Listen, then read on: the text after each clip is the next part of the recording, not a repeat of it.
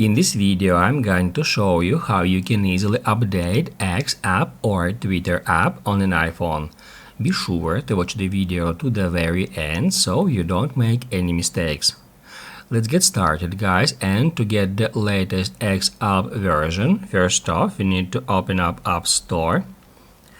After that, tap right here to go to search, then tap at the very top at this search box, and then just type in X, just like that.